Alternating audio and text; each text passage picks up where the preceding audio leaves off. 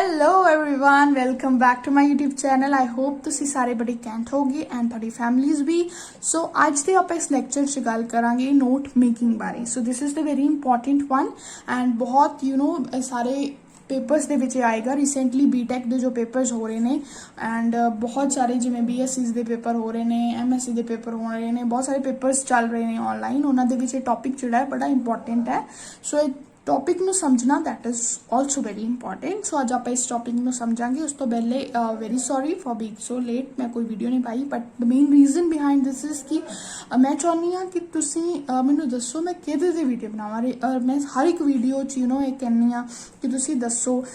ਬਹੁਤ ਇਰੀਟੇਸ਼ਨ ਜਾਂ ਬਹੁਤ ਗੁੱਸਾ ਆਉਂਦਾ। ਦੇਖੋ ਮੈਨੂੰ ਕਹਿਣਾ ਨਹੀਂ ਚਾਹੀਦਾ ਬਟ ਬਹੁਤ ਗੁੱਸਾ ਆਉਂਦਾ। ਦੇਖੋ ਜਦੋਂ ਤੁਸੀਂ ਕਮੈਂਟ ਕਰਦੇ ਹੋ ਨਾ कि इतने वीडियो बनाओ तो दिल में इन्नी खुशी मिलती है ना, चाहे कोई एक सबसक्राइबर ही होवे बंदे दा 2 होण 3 होण, बट वो खुशी मिलती है। एंड जो सबसक्राइबर वधदे फिर तो होर खुशी मिलती है।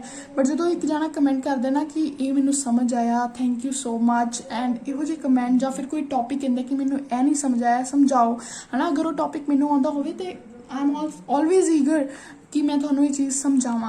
बट थोड़े चो कोई मैसेज करता देखो मैं किसी को मैं नहीं कह रही मे भी थोड़े पेपर चल रहे होंगे, ये रीज़न हो सकता है, कोई होर प्रॉब्लम हो सकती है। बट प्लीज़ अगर तुम वीडियो देखते हो तो ज़रूर कमेंट करके जाओ इस वीडियो एंड व्यूज़ एंड नहीं लाइक शेयर सबसक्राइब वो चीज़ा मैं रोज़ करनी है ना। रोज़ के है ड्रामे मेरे। सो अज आप फिर लैक्चर शुरू करते हैं एंड मैनू पता है तुम देखनी फिर नहीं है वीडियो उदा ही लंघा देनी है। चलो let's begin with the topic that is note making.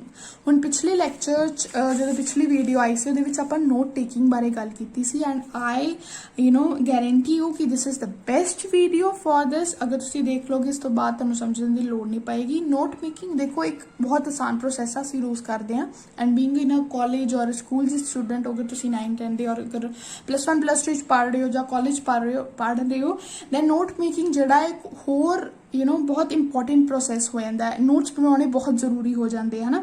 So note making की होंदा है जो कोई टैक्सट रिटन होंदा है जो उस प्रोसैस तो असी नोट्स बनाने हैं ना उन्होंने असी नोट मेकिंग कहने हैं। सपोज करो तुहाडे असी जो +1 +2 करते हैं ना, जो असी कॉलेज भी कोई वड्डा साडे कोल सबजैक्ट होंदा है एंड असी उहदे बनाना होंदा है, उसी उन्होंने पढ़ लें। उस तो बाद जो असी फ्लो चार्ट बनाने जां उहदे मेन पॉइंट्स नूं जदों असी लिखते हैं उन्होंने की कहते हैं नोट्स, नोट मेकिंग। आपां उन्होंने सिंपली नोट्स कहने हैं बट इन्होंने 2 हिसाब नाल ते एक नोट टेकिंग एक नोट मेकिंग। नोट टेकिंग अगर मैं पिछले च थोड़ी जी समझादा अगर तुहानूं नहीं याद सा, नोट टेकिंग की होंदा है जो टैक्सट ओरल होंदा है, कोई स्पीकर जिहड़ा है ओरली बोल रहा है उदों जो तुसीं नोट्स बनाते हो उन्होंने असीं की कहने हैं note taking. And note making जो टैक्सट साडे कोल रिटन मौजूद है साडे सामने एंड उस तो असीं नोट्स बनाने उन्होंने नोट मेकिंग कहने हैं। हुण तुसीं बहुत सारे लोग कहोगे कि अगर टैक्सट साडे सामने है फिर नोट्स बनाउण दी की लोड़ है, ये तो पागलों वाली गल्लां। बट नोट्स असीं तां बनाने आ कि जो असीं एकदम देखो हुण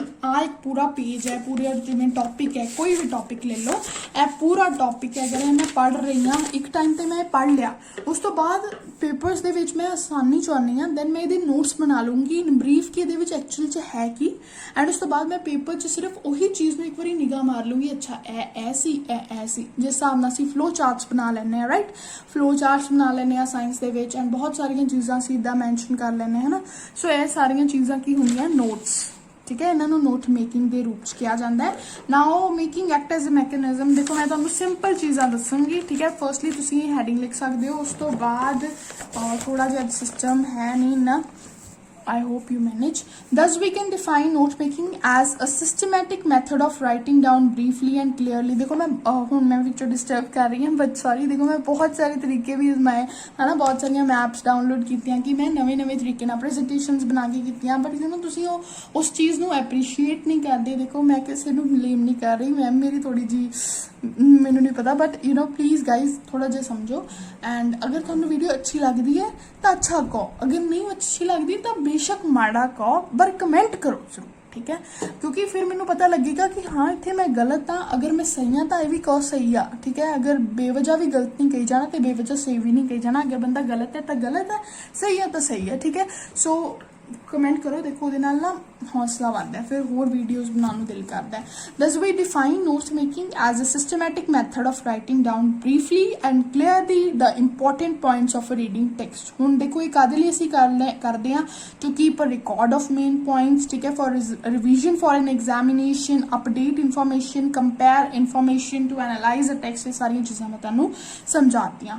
note taking is a productive skill which integrates both reading and writing skills. ਦੇਖੋ ਅਗਰ ਨੋਟ ਟੇਕਿੰਗ ਦੀ ਗੱਲ ਹੁੰਦੀ ਤਾਂ ਉਹਦੇ ਵਿੱਚ ਕਹਿਣਾ ਸੀ it is a productive skill which integrates both writing and listening skills. But ਇਹਦੇ 'ਚ ਅਸੀਂ ਰੀਡ ਕਰ ਰਹੇ ਹਾਂ ਇੱਕ ਟੌਪਿਕ ਨੂੰ, ਉਸ ਤੋਂ ਬਾਅਦ ਅਸੀਂ ਰਾਈਟ ਕਰ ਰਹੇ ਹਾਂ। ਸੋ ਇਹਦੇ 'ਚ ਕੀ ਹੋਗਾ, ਰੀਡਿੰਗ ਤੇ writing. That means reading, writing, listening, note making ਦੇ ਵਿੱਚ, ਨੋਟ ਟੇਕਿੰਗ ਦੇ ਵਿੱਚ, ਇਹਨਾਂ ਦੋਵਾਂ ਪ੍ਰੋਸੈਸ ਦੇ ਵਿੱਚ ਇਹ ਤਿੰਨੇ ਚੀਜ਼ਾਂ ਕੰਮ ਆ ਜਾਂਦੀਆਂ, ਠੀਕ ਹੈ।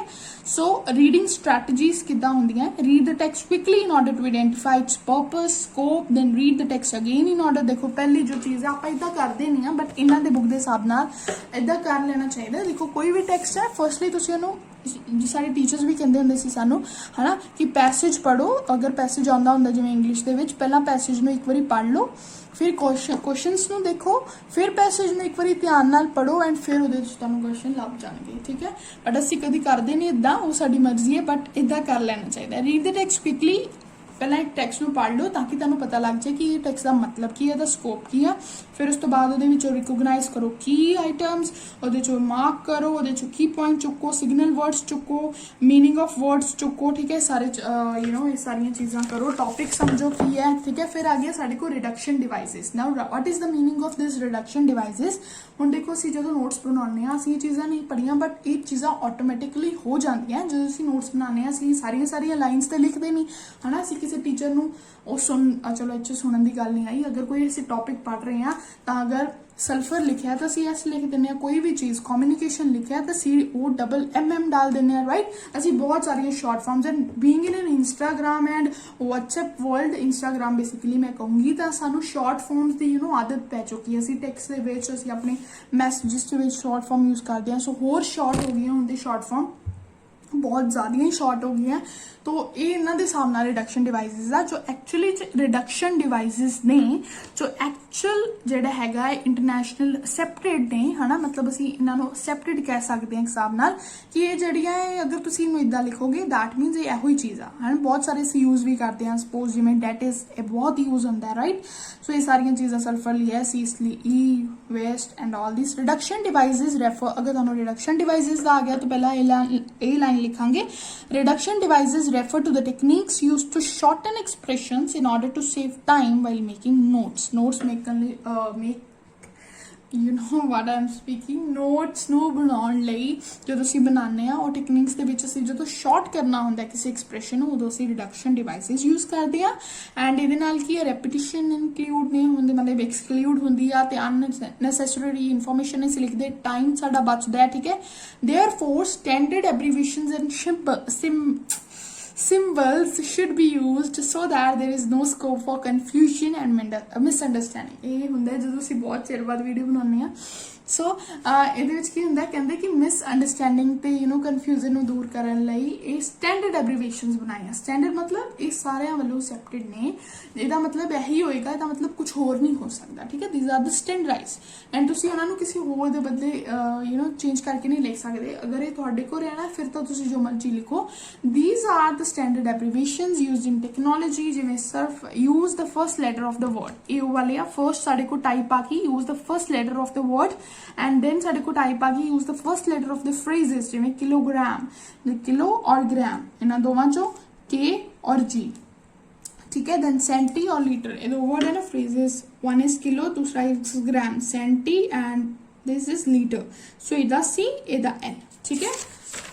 सो नेक्स्ट आ गया साडे को use the first few letter of the word phrases, जिवें अप्रॉक्स ਅਸੀਂ बहुत यूज करते हैं, अप्रॉक्स, प्रोफेसर, एडिशन, डिफरेंस, याद एक बार देखो ਤੁਹਾਨੂੰ पता लग जाना है। Use the special techniques to abbreviate, ਇਹ क्वेश्चन आ सकता है बड़ा इंपॉर्टेंट नोट मेकिंग ਦੇ ਵਿੱਚ, ਐਂਡ ਤੁਹਾਨੂੰ ਸਾਰਾ क्वेश्चन आ सकता है 25 ਮਾਰਕਸ ਦੇ ਵਿੱਚ, ਠੀਕ ਹੈ। ਸੋ ਜਿਵੇਂ compare, CF, that is, etc, for example, ठीक है। Use of symbol while making notes notes you may use appropriate signs ਜਿਵੇਂ at the rate, dollar, percentage, and ਅਸੀਂ ਇਹ ਸਾਰੀ ਚੀਜ਼ਾਂ and ਬਹੁਤ commonly use ਹੁੰਦਾ ਹੈ, ਠੀਕ ਹੈ, at the rate use ਹੁੰਦਾ ਹੈ, ਇਹ ਸਾਰੀਆਂ ਚੀਜ਼ਾਂ ਅਸੀਂ ਕਰ ਸਕਦੇ ਹਾਂ।